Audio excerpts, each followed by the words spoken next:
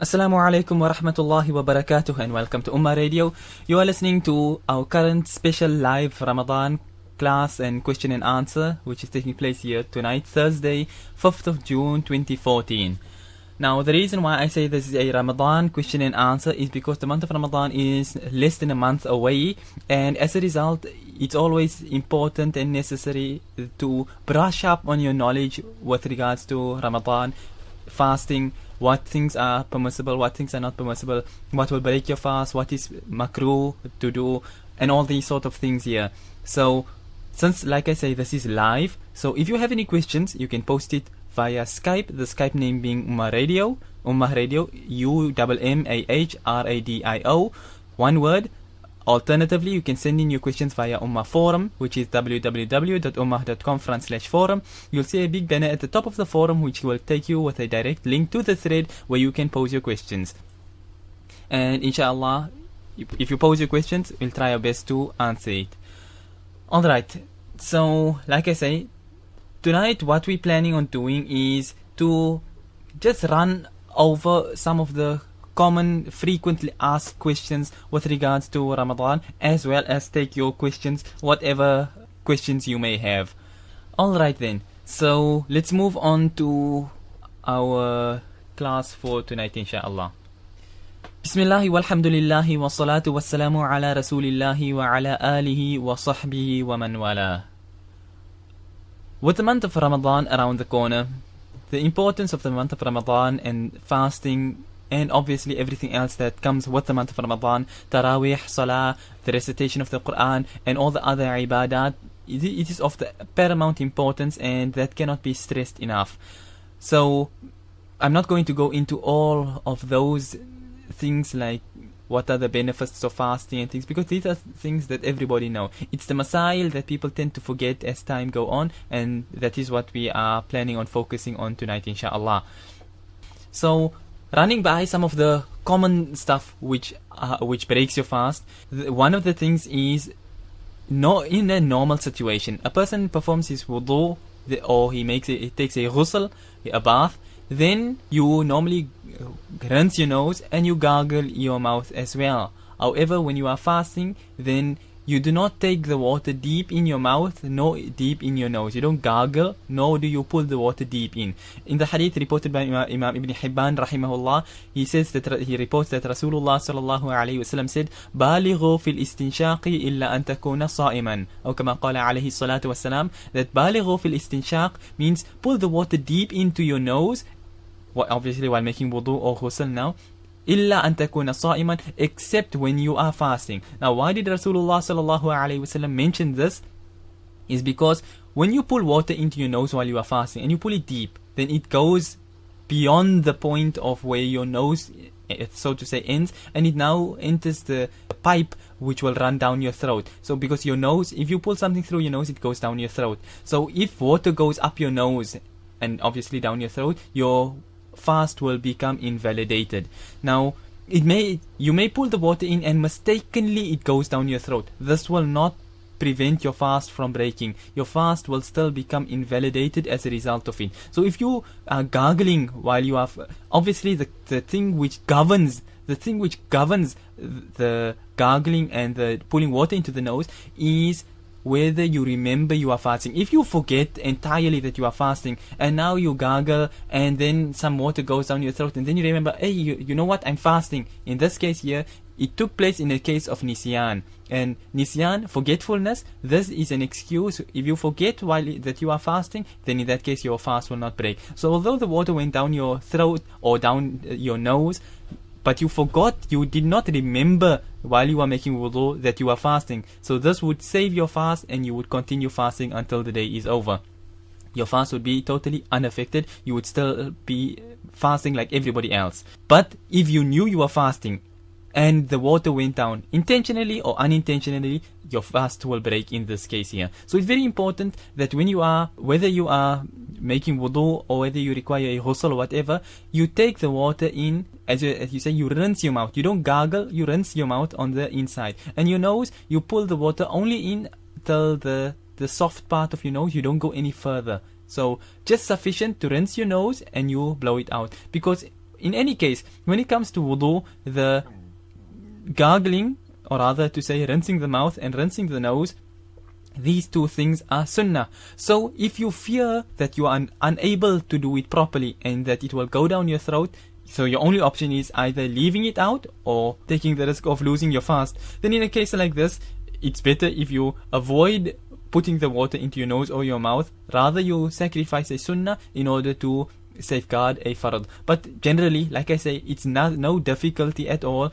You just simply, you take the water, you put it into your nose. You don't have to pull the water in with your nose. You just push it with your hand into your nose and let it run out. And you put water into your mouth without leaning your head backwards, and you just rinse it like that and you spit it out. Now, if after you spat the water out, naturally there will remain some tiny little bits of water. You have spit out as much as you are able to. Now this little bits which remain behind, if this goes down your throat, your fast will not be affected at all. If you spit half the water out and you leave a little bit in your mouth and you swallow that, in that case your fast will break. But while you have spat out all the water that you had taken in, then in that case your fast would not be affected. Okay, so that is with regards to the water and that. Now there's another point which comes in, and this is governed, so to say, everything really, is that anything which goes down, which reaches the stomach, this is the crux of the matter, anything which reaches the stomach will cause your fast to break. Now, whether that comes via your nose or whether it comes via your mouth, the result will be the same. Or if it's medicine and it's a suppository or something which is inserting into your private part, this will also break your fast the same. It's not necessary that you have to eat food or drink water in order for your fast to break. But anything which has a body, it's a solid item. It has a body. If this goes down your throat or obviously down your nose, whichever the case it may be, your fast will become invalidated. Now, one thing which has become very common today is air fresheners, deodorants, and things like this. People spray it. Now this thing, it is a vapor, it has a body. If you spray these deodorants and air fresheners and things like this, and this body goes down your throat, this will invalidate your fast. It's a very serious thing that people must take a lot of care about, because people do it so haphazardly and you don't realize that a big body of this spray goes down your throat. And spray itself, like it is in a mist form, it is a body, so therefore by this going down your throat, it will invalidate your fast. So it is something that you should be very careful about, so that it does not happen to you. Okay, another issue here that I said I was going to mention, when it comes to applying things in the eye drops for example, the applying of surma is permissible. That much everyone is unanimous about. When it comes to applying of eye drops also, according to the Hanafi madhab, the applying of eye drops is permissible, based qiyas on the basis of qiyas with surma. Because if you use surma, you find, because of surma being in a powder form, if you were to apply surma and if you were to open your mouth, you look at the back of your throat, you would maybe see some of the grains of the surma coming down your throat at the back. So that is why the ulama say that although if you use an eye drop, you do tend to taste it in your mouth as it comes down, but the ulama say, but because surma has been permitted from the sunnah during fasting, therefore in this case even using of eye drops will also not invalidate the fast. Like I always say, if you're able to avoid taking the eye drops, obviously not harming yourself. If it's something small, some small irritation in your eye, and it's a few minutes left, or you can handle the irritation until the time ends, and you are willing to do so, alhamdulillah, well and good, then you take your eye drop after you have broken your fast. But if there's a necessity, then according to the Hanafi ulama, they say that your fast will not break as a result of applying eye drops. On the issue of ear drops, there is a bit of ikhtilaf on this matter here. The ulama differ. The older ulama from the previous years, they used to say that if you apply any ear drops or things like this, your fast would break. Later Hanafi ulama, they say, after discussing with doctors and other such people, they say that no, the ear cavity does not lead to the stomach. As a result, this drops, if you apply eardrops and things, it will not invalidate the fast. Again, and this is something I always say, stay away from ikhtilaf. If there's a matter of ikhtilaf, rather err on the side of caution. So avoid using of eardrops, unless of course it's a state of necessity that you need the eardrops now and now. Otherwise, if you can hold on, if it's not something urgent, then delay it rather. Avoid all these ikhtilaf, so that in case there is something wrong with using the eardrops, then you know you have not used it and your fast is intact. So you avoid matters of ikhtilaf, so that from both sides you are safe. Alright, that's with regards to eye drops, eardrops. Obviously nose drops is the same thing. Now we come to the point of an asthma pump. Asthma pumps, inhalers and all things like this. Again, like I said, these things are all governed by what I said is called anything with a body will break the fast. Now inhalers and asthma pumps and all these things, they contain a body, and therefore the usage of these things will break a person's fast. However, as we know, there is something known as qada and there is something known as kafara. Qada is simply repeating of one day, while kafara is to fast 60 days consecutively without a break in between. And for men, you have no excuse whatsoever. If for whatever reason, valid reason or non-valid reason, if you are ill, totally ill, and you can't fast whatsoever, you are knocked out and you must one day, you will now have to start your kafara all over again.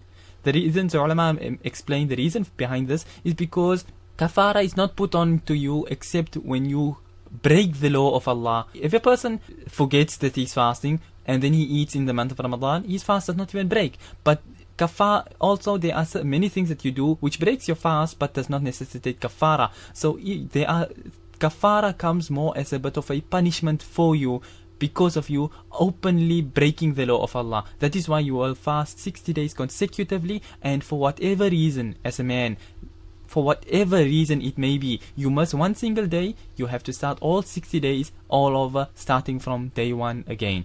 For a woman, she is only, and I say again, she is only excused for the duration of her menstruation period. The minute her menstruation period ends, she immediately starts with her fasting again. Nothing else from a woman or from any other person will be accepted as a valid excuse. Whatever else it may be, a woman or a man, you will have to start your kafara all over again. So there are things which necessitate qada, just a repetition of one day, and then those things which necessitate kafara, and that will come to in a moment, inshallah. I just want to take a question here from the forum before we continue on a little bit more from the class itself. So the first question we have for tonight, the questioner says, is your fast invalid if you smell the aroma of the cooking food?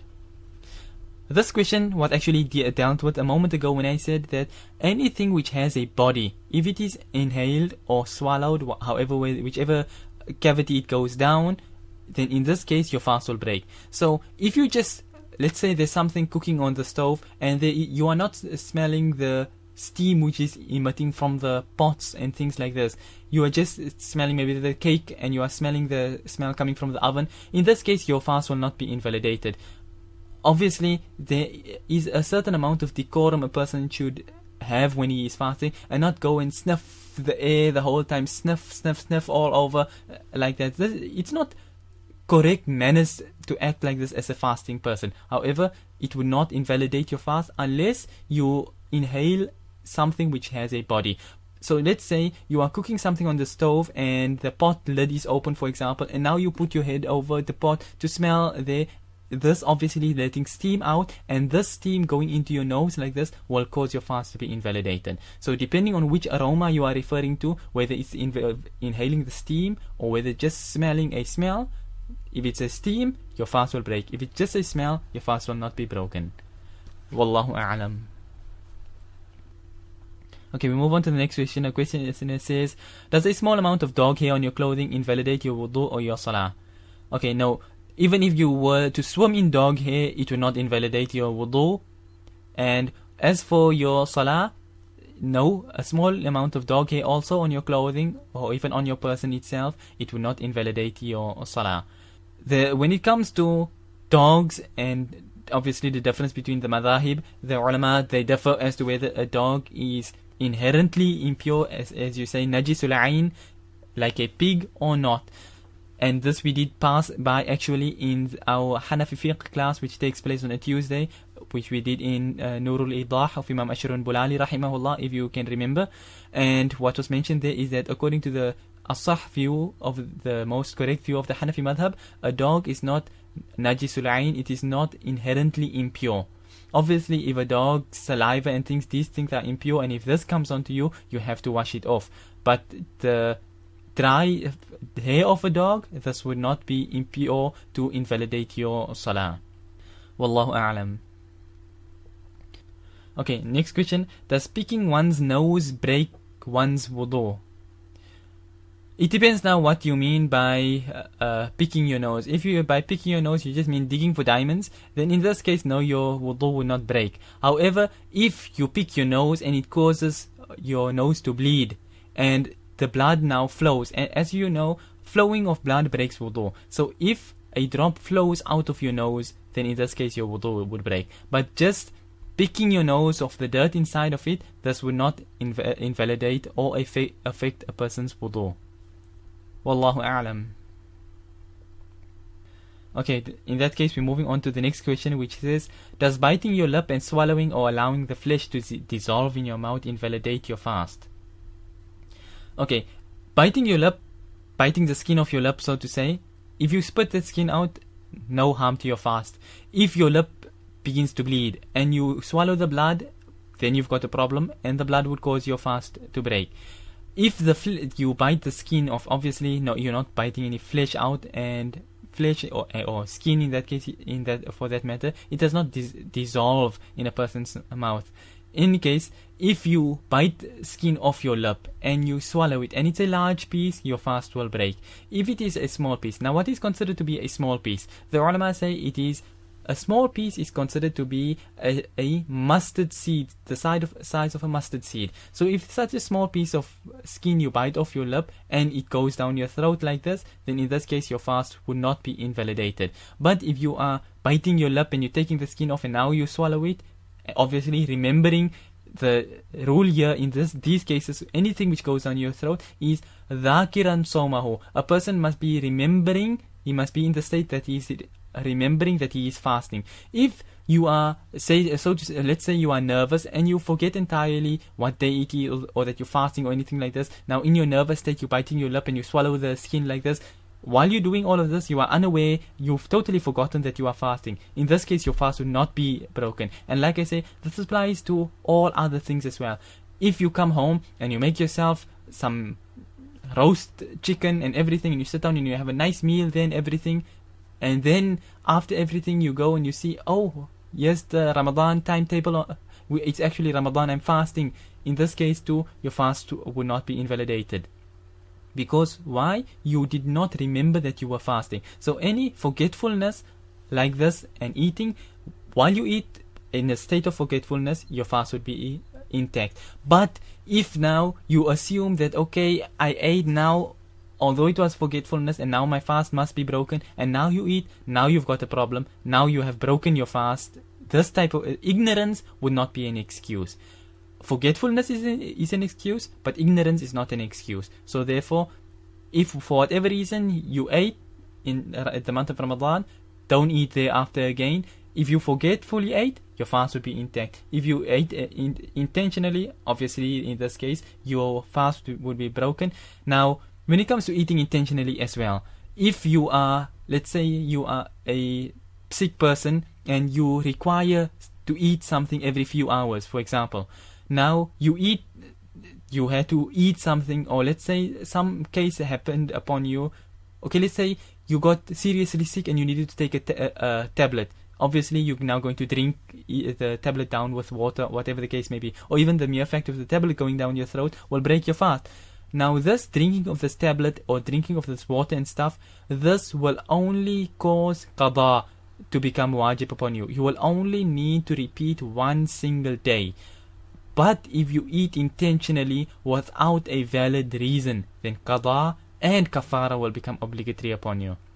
So it's very important to see each individual case, that what exactly took place, and then the ruling will be decided whether your fast is intact, whether your fast is broken and you only require qada, or whether your fast is broken and you require both qada and kafara. So any case, coming back to the question again, if you bite your lip and a tiny piece of skin like this, which is about the size of a mustard seed, and this gets swallowed, then in this case your fast would not be invalidated. But if it's a big piece of skin and you swallow it, then in that case your fast would be broken. Again, obviously dhakiran sawmahu, in the state that you are remembering that you are fasting. Wallahu a'lam. Okay. Now we move on to another question here. Questioner posed a zakah question now. The questioner says, say for example nisab amount is 1,500, meaning you need this much before being able to pay zakat. Last year in my bank I had 10,000 pounds for example, then 3 months later I had 5,000, then 6 months later I had 2.5, then 8 months later I had 1,000. How much zakat would I need to pay by the 3rd, 6th, 8th month, I mean months after last zakat due date?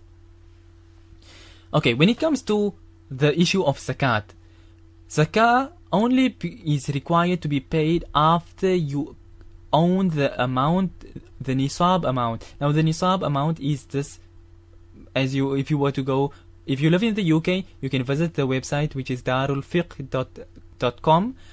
Mufti Faraz ibn Adam al-Mahmoudi, on his website over there, you will find the nisab amount in pounds, in euros, and in dollars as well, if I'm not mistaken. If you live in South Africa, you can go to the Radio Islam website, or other parts of the world, I suppose you'll just have to look on the ulama websites of your particular country, and they'll be able to tell you what is the nisab amount in your particular monetary denomination.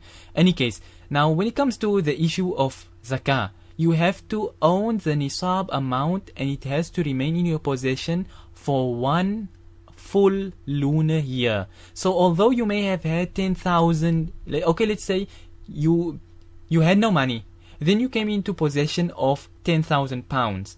Now only when 1 year has passed by, okay, let's say the nisab amount is 1,000, okay, so now you have 10,000 which has come into your possession. Now only, we're not worried about 10,000. We're only concerning ourselves with 1,000. As long as your money is more than 1,000 and 1 year passes, then you will look. Now, 1 year has, how much your money fluctuated during that year is irrelevant, as long as the money remains over 1,000, meaning over the nisab amount. So, let's say at the end of the lunar year, you're only sitting now from 10,000 pounds, you're only sitting with 2,000 pounds. So then you give 2.5% of your 2,000 pounds. So the fact that in the 3rd month, 6th month, 8th month, as it was going through the year, your money fluctuated, this will be all irrelevant. The only thing which you will consider is the nisab amount itself, that when you have this nisab amount within your possession, and 1 year has passed over it, in this case, then you will look at all your assets. So let's say, for example, you are sitting with, let's say the nisab again is 1,000 pounds. Now you are sitting with 1,000 pounds in your possession, and 11 and a half months pass over you, and you only just have 1,000 pounds. That's all your possessions, 1,000 pounds. Meaning you only have to pay this tiny percentage of zakah. But now, 2 days before your zakah is due, you suddenly come into possession of £1,000,000, for example. Now in this case, you will give zakah on all £1,000,000. Why? Because you have to be about, basically, let's just put it this way. As long as you meet this criteria of the nisab amount, then you are eligible to pay zakah. Now, you pay zakah on all your assets.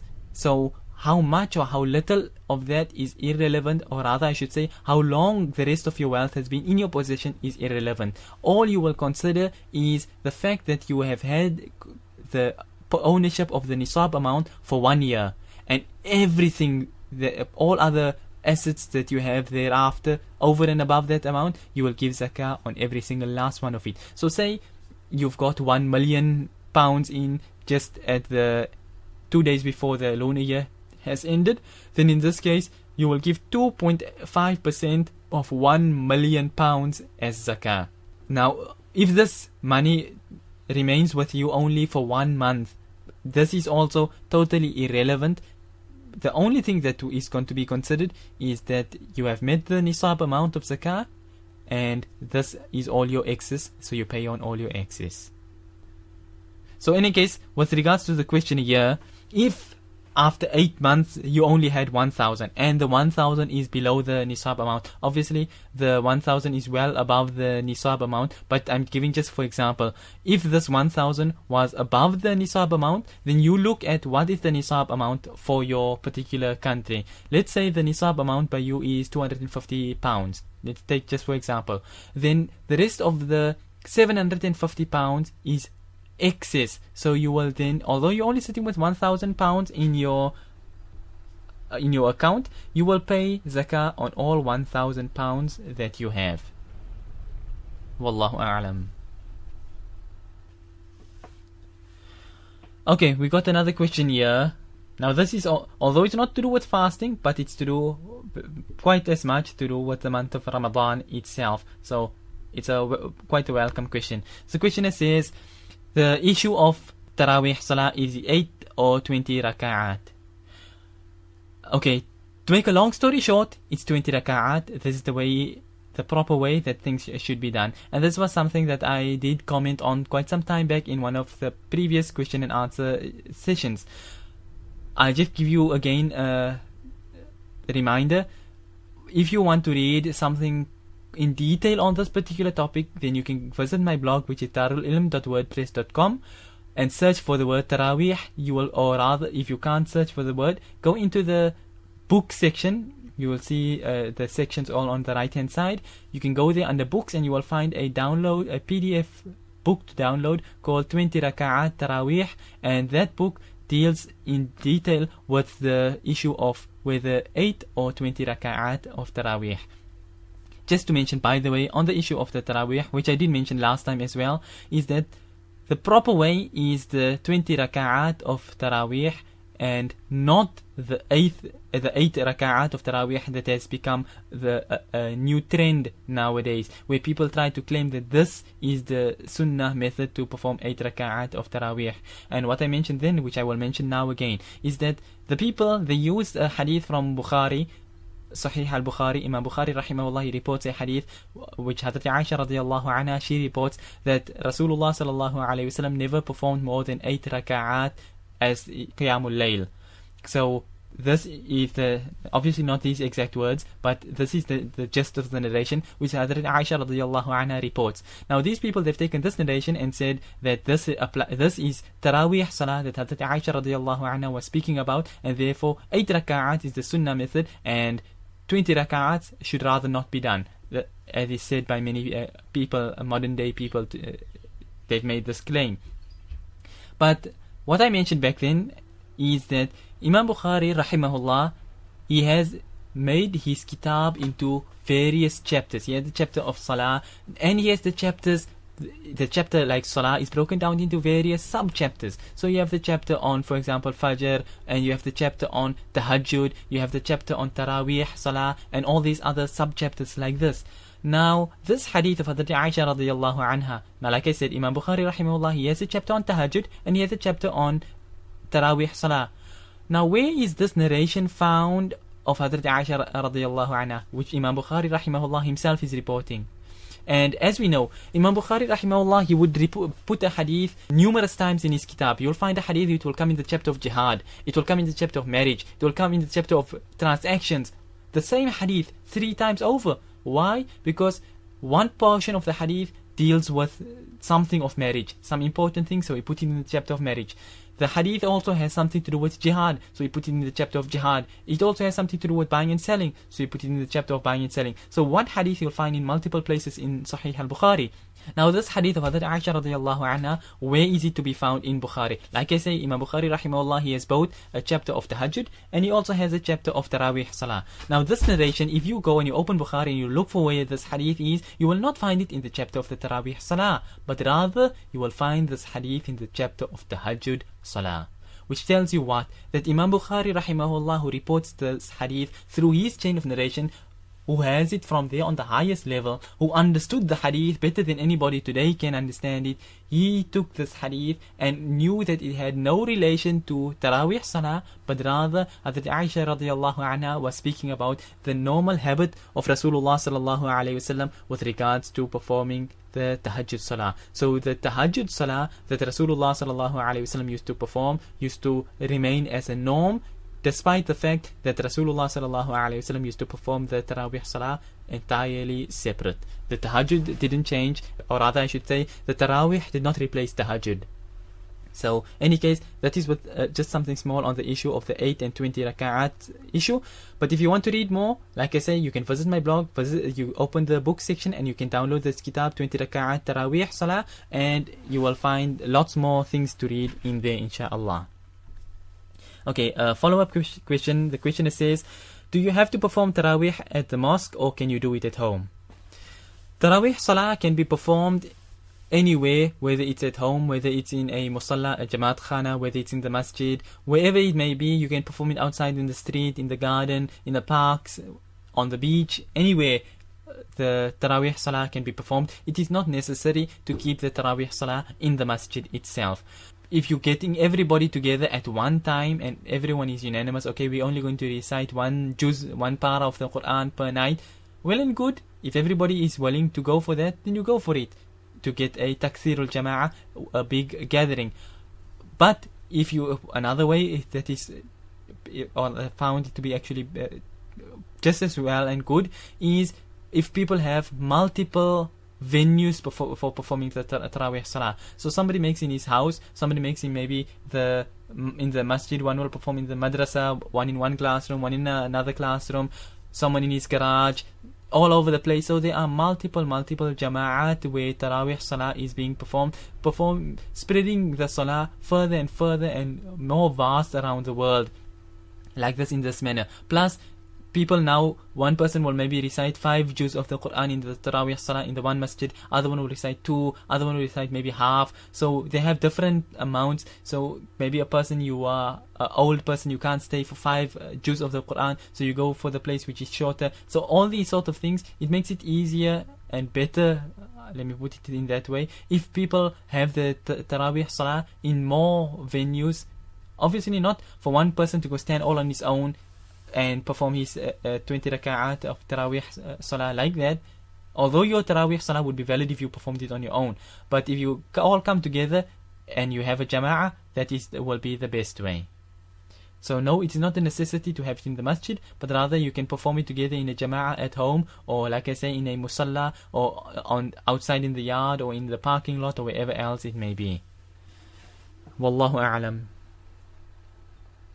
Okay, follow-up question. Okay, I just mentioned this now a moment ago.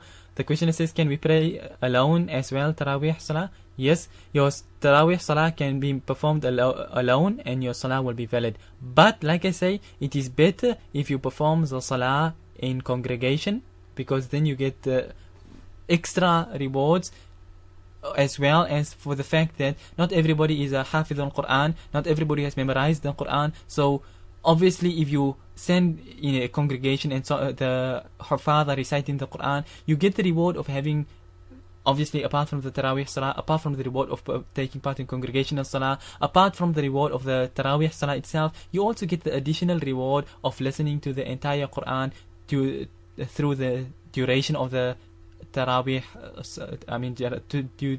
through the duration of the month of Ramadan. So there are multiple benefits, numerous benefits that can be gotten from performing the Taraweeh Salah in Jama'ah, and this is the way it should be. Although, like I say, if you have some excuse, some reason, and you are performing your Taraweeh Salah alone, then in this case, your Taraweeh Salah will be considered as valid, and you will not be required to re-perform it. Wallahu a'lam.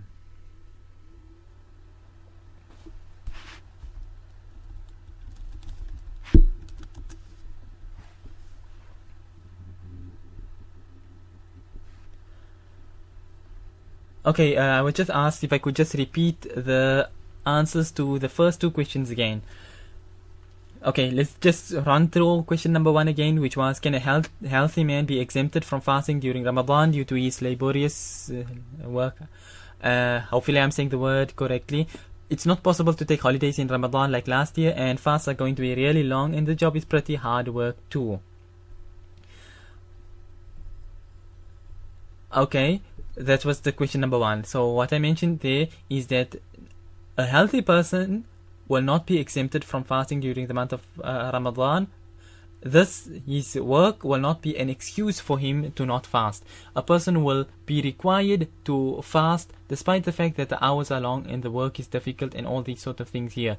If it becomes difficult and there is no way that the person gets out of it, then in this case, this job now becomes an impediment in the way of his deen. Similar to how a person, if you are working for let's say Tesco's for example, and they require you now to deal in the alcohol section or to pack the pork and things like this, then in this case your job is requiring you to get involved in things which are contrary to the deen, or it is blocking you and preventing you from carrying out certain parts of your deen. So in these sort of cases, a person would now be required to actually look for a different job. I understand it is a very difficult situation to be in, because it's not very easy to find a job straight away, but make dua and look out for a different job, and in the meantime try your utmost to fast, even though the hours and things may be difficult, and you ask Allah to make it easy for you until you can find a different job, so that you will be able to either take holiday or whatever the case may be, or that your work is not so difficult during the month of Ramadan. Wallahu a'lam. Okay, the next question was, is your fast invalid if you smell the aroma of the cooking food? This one, like I said, all these sort of questions are governed by the rule of inhaling of a body. When you speak about smelling the aroma, there are two things, like I say, that you could refer to. Let's say you've got a cake in the oven and you are just smelling the air. In this case, your fast is perfectly fine. It hasn't been invalidated. Like I just said, it's not something good. It's not befitting for a fasting person that you go around sniffing like this, because fasting, you are trying to avoid all food, and this is not the actions of a fasting person that you act like this. Although, like I say, it will not invalidate your fast, but it should be avoided. As for smelling the other part of the aroma, like I mentioned, there are two types. The second part is, for example, you have something cooking over the stove or whatever, and it is now giving off a steam, and steam is a body, it is vapor, and the inhalation of this will cause your fast to break. So if you, let's say you are cooking soup on the stove for example, and there is the steam which is coming out from it, and now you put your head over the pot to smell it, and this steam goes into your nose, then in this case your fast will break. So just to be clear, what type of smelling is taking place? If you are just smelling like the air and there is no body that you are inhaling, then in this case your fast is valid. But if it's any body, any vapor, the steam thing that you are inhaling, then in this case your fast would be invalidated. Wallahu a'lam.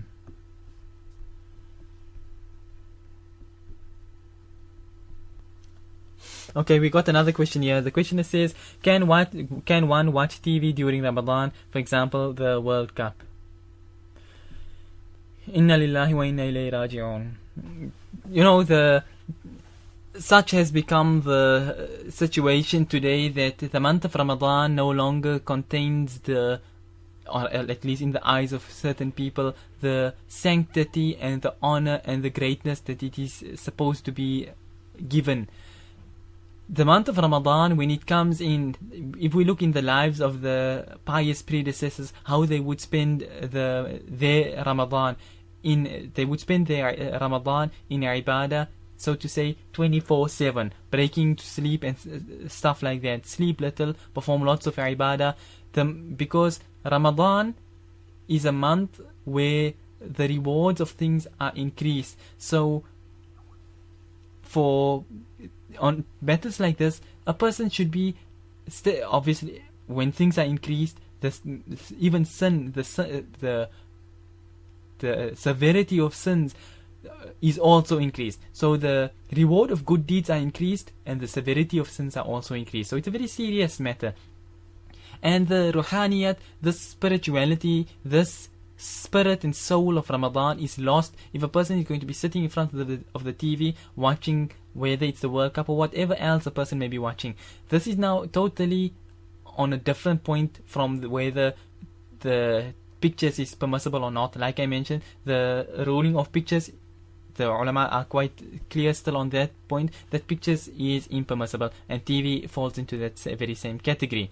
Now, that's the one thing. Then it's the issue of the watching of soccer and everything else, and the music and all these other haram things that takes place. Whether it's like I say, whether it's the World Cup, whether it's anything else for that matter, it is not befitting for a Muslim to be spending his Ramadan in front of the TV instead of spending it in ibadah to gain closeness to Allah. So, if you person want to say, can one watch TV in Ramadan? Then my reply, and you would find this from the ulama, as they would give you the same reply, that no, it would not be correct or allowed for a person to sit and watch TV, or whether it's a World Cup, like I say, or anything else for that matter, during the month of Ramadan. Wallahu a'lam. Okay, another question. The question says, what about the incense stick and bukhur?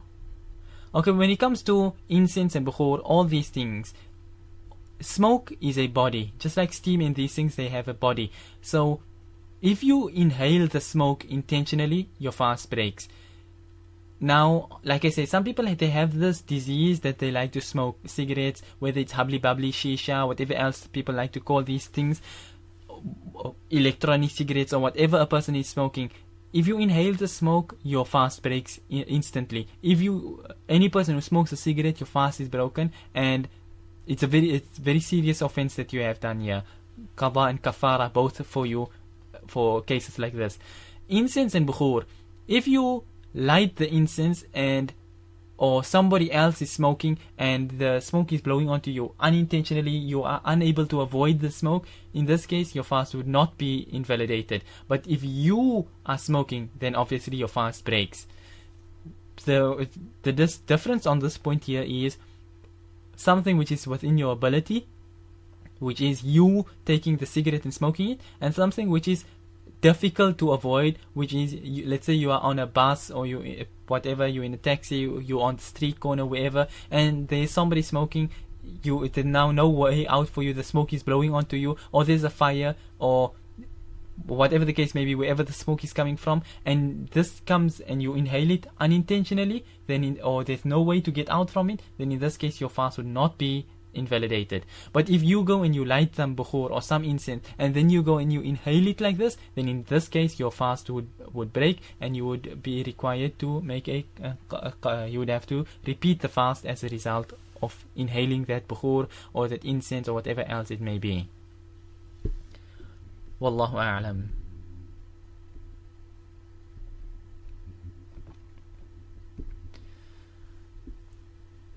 Okay, now we move on to another question. The questioner asks, in regards to women, would it be better to pray Taraweeh at home or in congregation? Okay, with regards to women, it depends now what sort of congregation you are referring to. If you mean congregation of women, then on the issue of congregational salah for women, the madhahib differ. The ulama, they have difference of opinion. The Shafi'i madhab gives permissibility for it.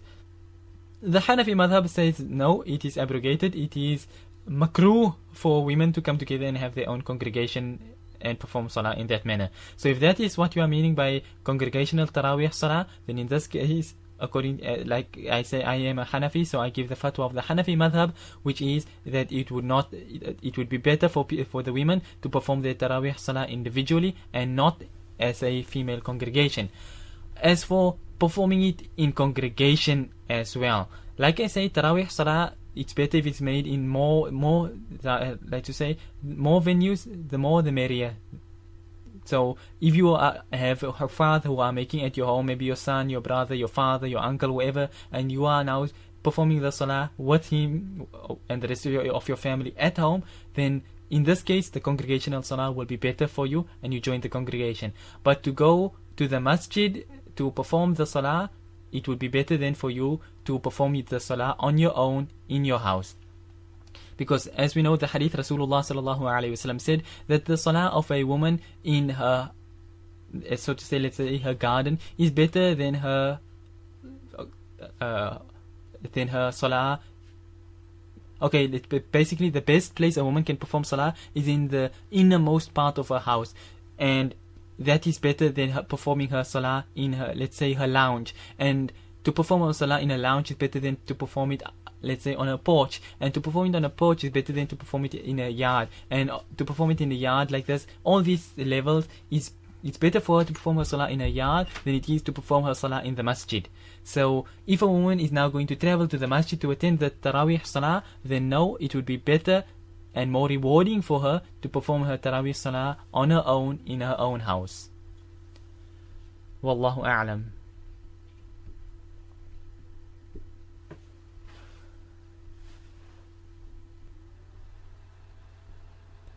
Alright, we seem to have no more questions on Skype, and the forum seemed to be rather dead too. No more questions over there. Okay, keep open for a couple of more minutes in case anybody else has got any other questions. Just to run over, there was one point I wanted to mention earlier, but it slipped my mind when I was asked a question here. Let's see. Alright. Can't seem to remember what it was exactly that I wanted to say. Hopefully I touched on all the main points. Yeah, inshallah. Okay. On that point, then, seeing that there are no further questions, we will be ending the class here for tonight, inshallah. And one final announcement. Next week, Thursday, will be a plain ordinary question and answer like normal. And it will be the last question and answer that is done until after Ramadan again. In Shawwal, I will post on the forum when exactly the classes will resume. So the classes which will stop will be the Aqidah and the Hadith class, the Arabic class, the question and answers, and the Hanafi fiqh class. All these classes will come to an end for the entire duration of the month of Ramadan.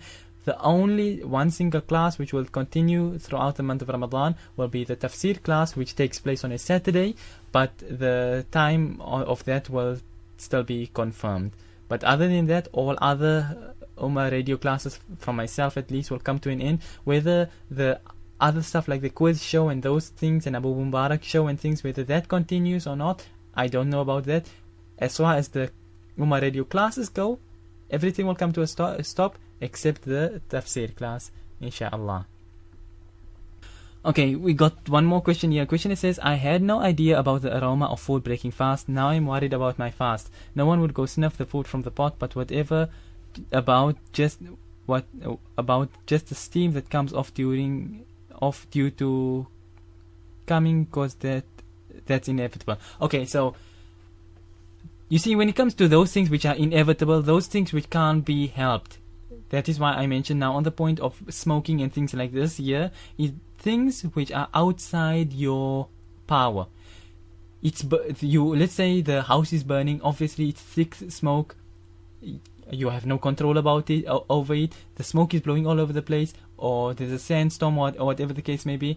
This will now not invalidate your fast because you have no power over it. So while you are cooking, the steam which is coming up over you, which is inevitable, this sort of steam will not invalidate your fast. But to go to the pot and smell it, this is now, one thing is intentional and one thing is unintentional. One thing you can help very well not to go and sniff the food from the pot. And what is not possible to help is the fact that you will be smelling it and the steam and things will be reaching you while you are cooking the food. So the unintentional ones you will be forgiven for and will not affect your fast. But the ones that you do intentionally, these things will break your fast. So, and at least as far as women are concerned in making of the food and things like this, these type of things, like I say, these masail, they are not going to go out and if you are, again, even on this point here, the ulama mentioned that if a woman is in, let's say you have a very short-tempered husband, he's very abusive and things like this, so he wants his food to be spot on, and if there's any slight thing wrong, then it's World War III, things like this of the sort, then the ulama have mentioned that even if a woman were to smell the food like this, in this manner, her fast would be perfectly fine and would not be affected as a result of her smelling that food. And thus I mean smelling this food from the pot itself. So there's a bit of a leeway when it comes to things like that. But if it's just ordinary case, your husband is a normal person, he's understanding and everything like this, then in that case you should stay away from it, and you would not get the same excuse. Any case, so that steam and things which come unintentionally, which is inevitable, these type of things will not affect your fast. Only that which you do intentionally from your own side, these things will break your fast. Wallahu a'lam. Okay, then Skype seems to be empty of questions. Let me just refresh the thread one more time to see if there are any new questions. Otherwise, if not, then inshallah we'll end here for now. Okay, no more questions on the forum, no more questions on Skype. So then on that point, inshallah, we will end our class for tonight.